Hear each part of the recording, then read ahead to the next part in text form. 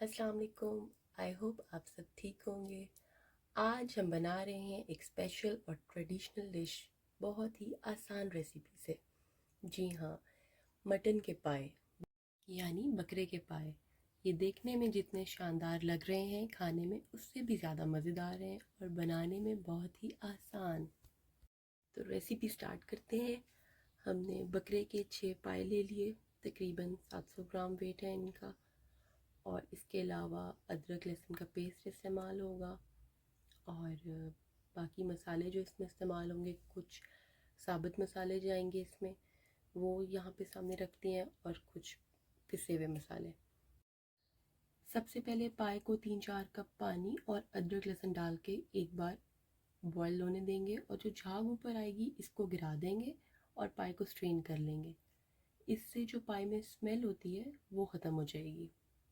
अब पाए कुकर में डाल के तकरीबन 3 लीटर पानी, 3 से 4 ड्रॉप्स कुकिंग ऑयल, अदरक लहसुन, नमक और कुछ साबुत मसाले डालेंगे, जिनमें तेज़पात, छोटी इलायची, बड़ी इलायची, काली मिर्च, लौंग, काला ज़ीरा, धनिया, जवात्री और दालचीनी शामिल है।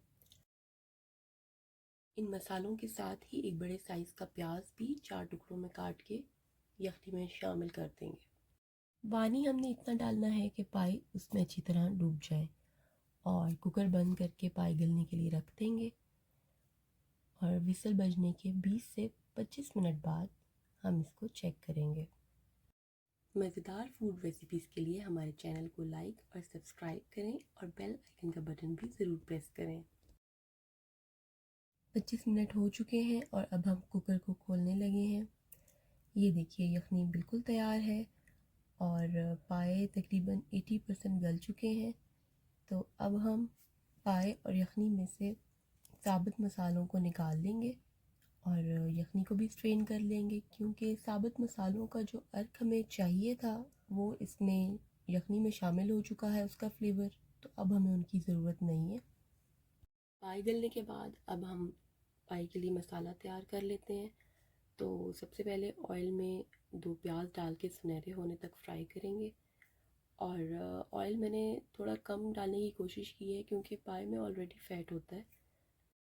प्याज का कलर चेंज होते ही उसको हमने हैंड ब्लेंडर से क्रश कर लिया, और इस दौरान थोड़ी सी यखनी भी ऐड की, ताकि प्याज ब्लेंड होते हुए फ़ाइन पेस्ट बन जाए। बस ये ध्यान रखना है कि प्याज बर्न भी ना हो और कच्चा भी ना रहे।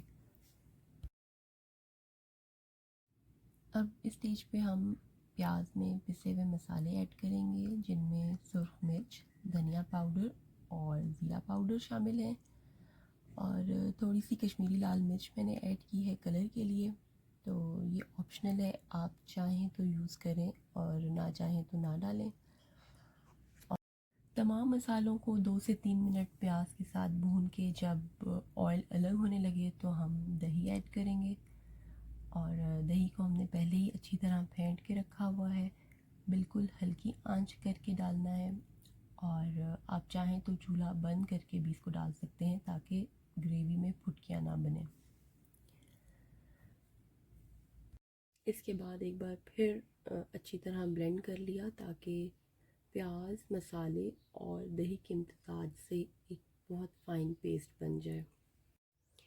अब इस पेस्ट में हम पाए ऐड करेंगे, 4 से 5 मिनट के लिए अच्छी तरह भूनेंगे, और इसके बाद इसमें हमने स्ट्रेन की हुई यखनी भी ऐड कर देनी है। साबुत मसालों का अर्क ऑलरेडी हमें यखनी में मिल चुका है, और अब हम इसको 15 से 20 मिनट के लिए पकने देंगे। अच्छा, दही से ग्रेवी गाढ़ी हो जाती है। आप अगर शोरबा पतला रखना चाहते हैं तो कम दही भी डाल सकते हैं। तो मुझे क्योंकि ज़्यादा गाढ़ा पसंद है, इसलिए मैंने ज़्यादा दही डाला है। ग्रेवी की कंसिस्टेंसी आप अपनी मर्ज़ी से एडजस्ट कर सकते हैं। अगर पानी ऐड करना चाहें तो वो भी कर सकते हैं, और इसके बाद हल्की आंच पे थोड़ी देर दम के लिए रखेंगे, जब तक कि ऑयल ऊपर आ जाए।